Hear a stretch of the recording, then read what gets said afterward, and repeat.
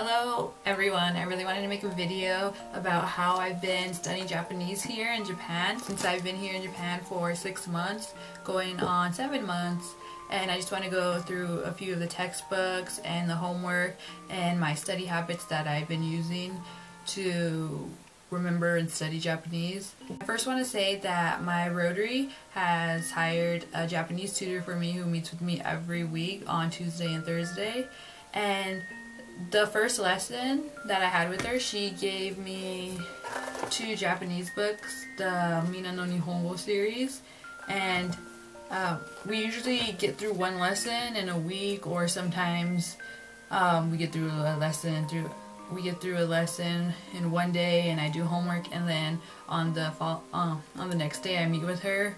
We review the homework and she assigns me another lesson, and it's really nice having a tutor because I usually come in and I have questions with me already, like why do people say this and what does this mean and what's this conjugation, and she's really helpful and really nice. The books, she keeps commenting that they're pretty old. There hasn't been a revised edition, or if there is, she doesn't have it. But they're really nice. Though some of the rules she kind of ignores because they're really old and old-fashioned, but overall they're pretty good, she says. And I think I am on chapter 17, lesson 17, lesson 18, and there's 25 lessons. And along with the book, she also assigns me the homework that I had mentioned earlier. It's just like, this is my homework for during spring break, since school's almost finished, and I need some summer holiday homework to do, and I have lots of homework. The homework is supplementary with the books, and it's pretty difficult. Sometimes I have to ask my friends for help, or I can't do it, and I usually come in and ask her for help, but it's doable. I feel like my Japanese has been improving, and I'm one of the lucky few who actually has a Japanese tutor.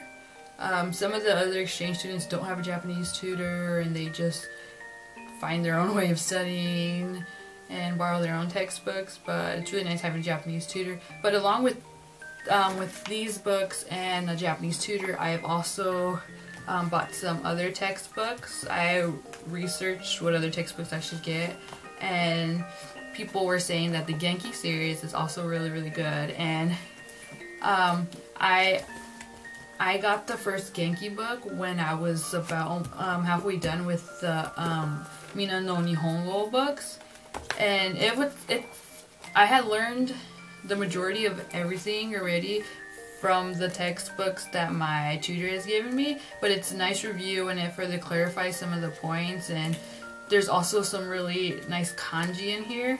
Some kanji you can, it gives you kanji for each lesson that the Mina no Nihongo books don't, and I really like that about these books.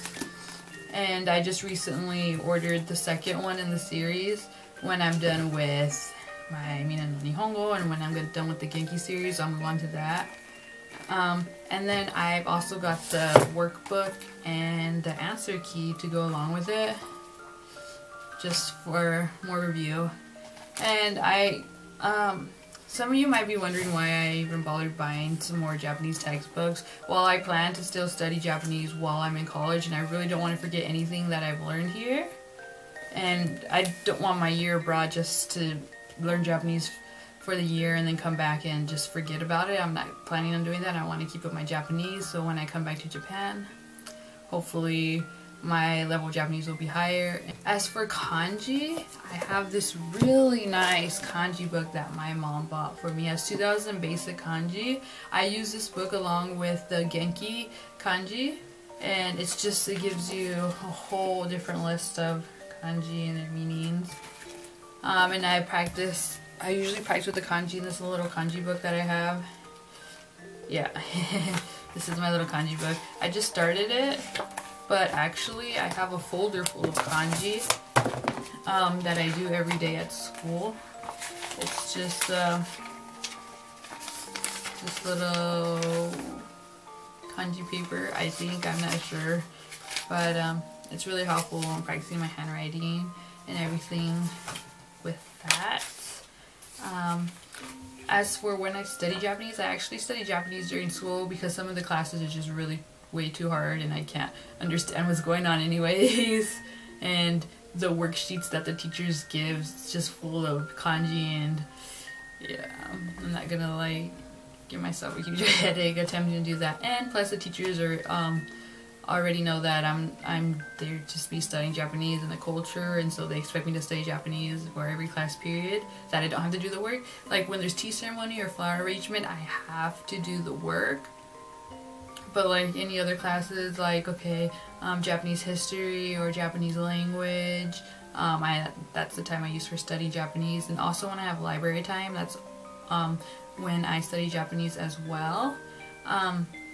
Okay, before I came to Japan, I had studied a couple months beforehand, and I had memorized all of the hiragana and katakana and some of the sentence structures and like some of the basic Japanese, like here, there, and over there. And it was good fundamental. Like I'm glad that I memorized like their whole alphabet set, because when I got here, I just started focusing on kanji since I already knew the two other sets. Japanese is really hard because of the whole English sentence structure and the Japanese sentence structure, but I'm trying and people understand me, and it's really nice. I have lots of friends that are constantly helping me with my Japanese. And I also want to say that line is really, really good practice with Japanese. The majority of my friends here have line, and we're always communicating with line. And then I've recently made two friends who are boys who I don't go to school with, since my school is an all-girls school.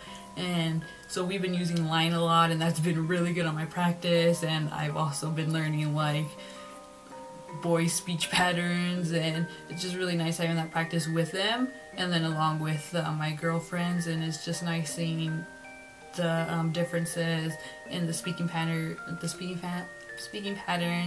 with the girls and the boys, and really happy for that.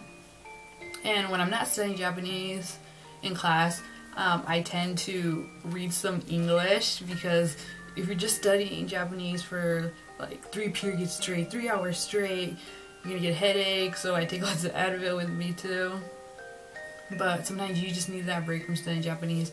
So usually I read some English books. Like I've read the whole Maze Runner series and the Just One Year series. There's 2 books in this one, but I read like If I Stay and her other companion book to that. And then I also recently got Fahrenheit 451, and I can't wait to start reading this one. Also, some more Japanese practice is reading children's books. I have had 2 really young host siblings and that have children's books, so I've been reading it to them. And then I've also I'm a huge fan of figure skating, so I kind of bought this book on my favorite figure skater. It's like an autobiography of sorts, and it has it's really nice to help with my reading fluency. And it's really interesting because it's not my favorite figure skater anyways. I also tend to go to karaoke a lot with my friends. I have this lyric book that I have I wrote down. It helps in practicing Japanese writing, and then I have like English translation. And then going karaoke, like I said, is really good.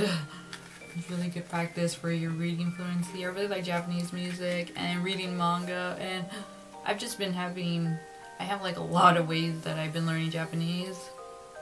Yeah, after 6.5 months or so, I feel like my Japanese got it's not like fluent and like up there like amazing Japanese, but I'm really proud of like the progress that I've made so far.